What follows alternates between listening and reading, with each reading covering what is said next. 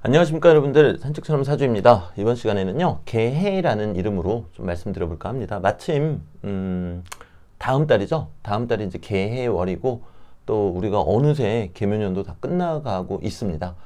그런 의미에서 개해에 대해서 좀 말씀드려보도록 하겠습니다. 개해는 60갑자 중 가장 끝에 있죠. 마지막입니다. 마지막이기 때문에 우리가 얼핏 봤을 때에는 천간도 수고요, 지지도 수다 보니까 이게 정말 끝난 것처럼 보이더라는 거죠. 근데 여러분들 아시다시피 저는 지장간의 중기를 또 유독 중요하게 보잖아요. 근데 이 안에 간목이 있더란 말입니다.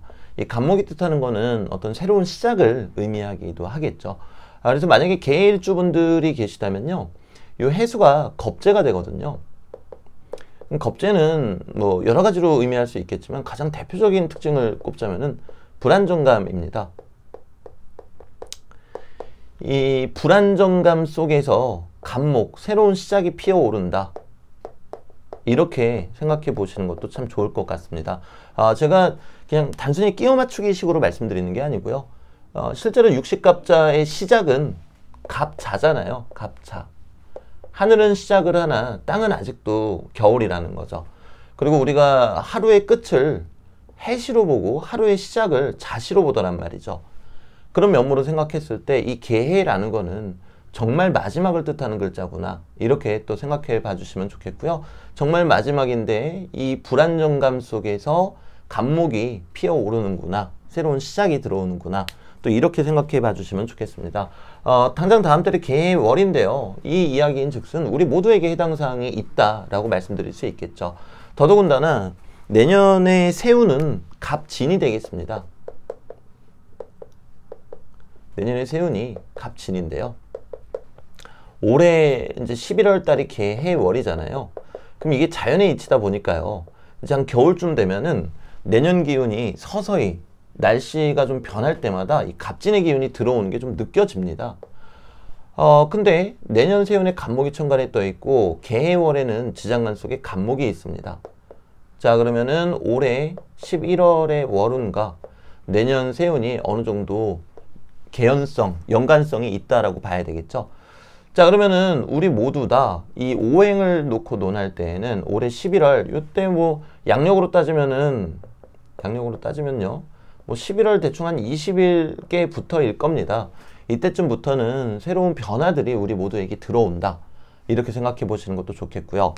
또 여기서 우리가 놓쳐서는 안 되는 게 있죠. 이 개해, 제가 계속 말씀드리지만 겉으로 봤을 때는 일면 마지막처럼 보이더란 말입니다. 그러면 우리가 마지막처럼 보이니까 거기에 속지 말자, 이렇게 생각을 할 것이 아니라 왜 마지막처럼 보이는가, 그리고 이 마지막처럼 보이는 것이 우리에게 어떤 의미를 갖는가, 이거를 또 생각해 볼 필요가 있겠습니다. 우리가 목화 토금수 중에서 토는 어차피 우리에게 보이지 않고요, 목화 금수, 봄, 여름, 가을, 겨울이 있죠.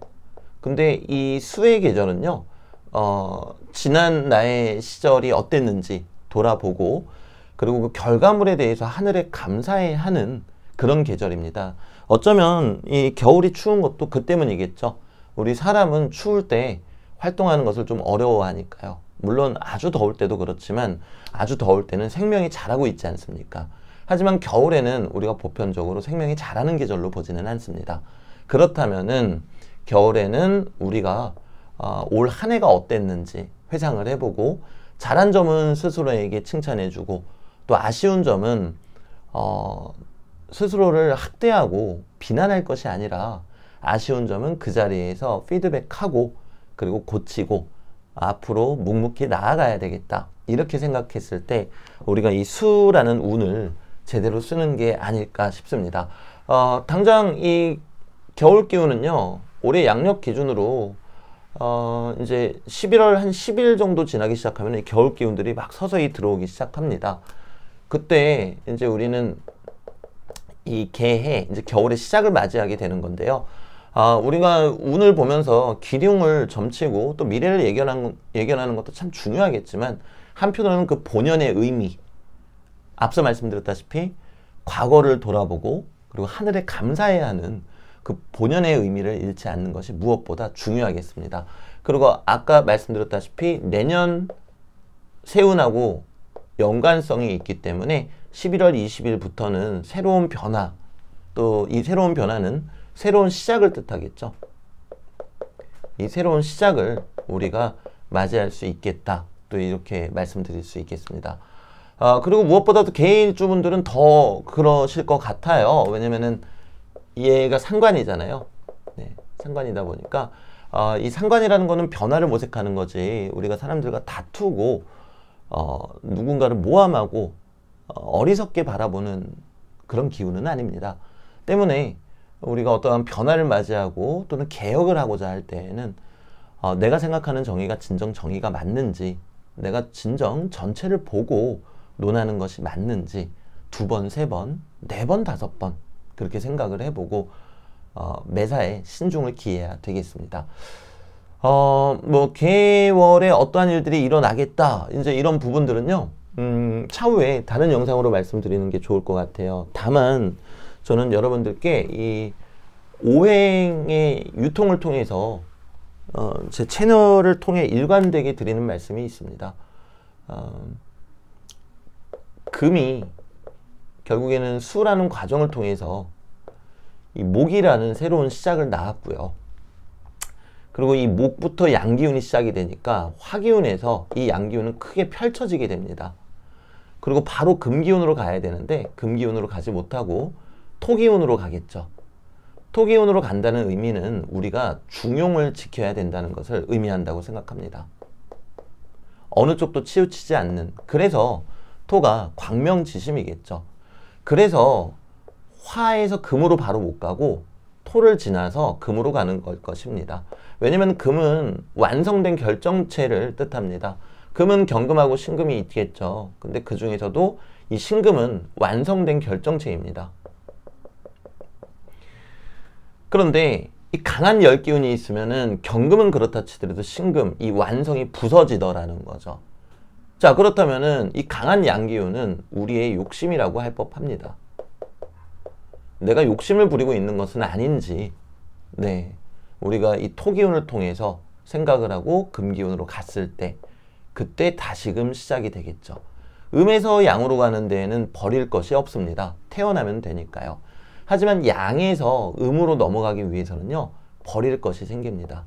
바로 우리의 욕심이라는 것이죠. 그리고 그것을 우리가 찾기 위해서는 반드시 내가 중용을 하고 있는가, 어느 한쪽으로 치우쳐 있지는 않은가, 그것을 생각해 봐야 될 것 같고요. 그리고 당장은 우리는 이제 개월이니까요, 곧 이 수기운으로 들어왔습니다.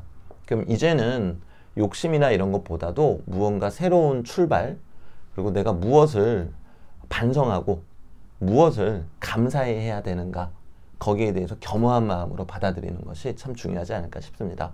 결론은 우리는 목화, 금수, 봄, 여름, 가을, 겨울을 보면서 살고 토는 보지 못하고 있지만 이 토가 필요한 이유는 우리의 욕심, 지나친 과욕을 내려놓는 것이 아닐까 싶습니다. 그리고 세상 누구나 내가 욕심이 많다라고 생각하시는 분들은 거의 없으세요. 네, 상담을 진행할 때도 보면은 말씀으로는 내가 욕심이 너무 많다 이렇게 말씀하시지만 또 한편으로는 본인이 인정하지 않으시는 그런 제스처들을 많이 취하십니다. 나한테는 욕심이 아니라 너무 이게 당연한 거고 나한테는 꼭 필요하다고 생각을 하시기 때문에 그런 거겠죠. 세상 모두가 그렇게 산다면요, 정말 세상 모두가 나한테 꼭 필요한 것만 중용을 지키면서 산다면 아마 우리는 돈이라는 개념도 없는 것이 맞을 것입니다. 네. 하지만 우리가 살고 있는 세상은 안타깝게도 그런 세상이 아니죠. 이 금이라는 결과, 그리고 옳으냐 그르냐로 이분법으로 판단하게 되는 세상. 네. 이쪽 편 아니면 저쪽 편으로도 판단하게 되는 세상. 네. 그리고 그 사람이 갖고 있는 지위와 어떤 명예, 돈을 통해서 사람을 평가하는 그런 세상이 살고 있습니다.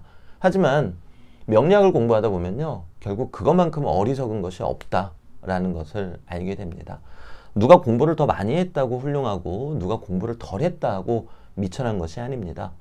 다만 저마다의 우주가 있고 저마다의 과정인 것뿐이겠지요.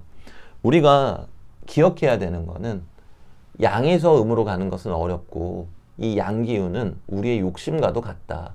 이것을 중용을 통해서, 토를 통해서 우리가 어느 정도 배출을 시켜야 되는 것이고, 이 토는 중용을 의미한다. 자, 제가 개에 대해서 말씀드리다가 갑자기 왜 이 말씀을 드렸냐면요.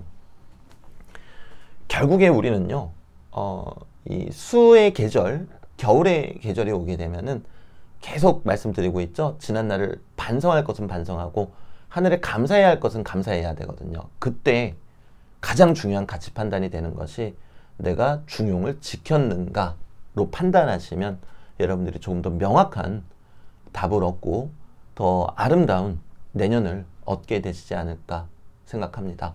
네, 오늘 영상은 여기서 마무리 짓도록 하겠습니다. 감사합니다, 여러분들.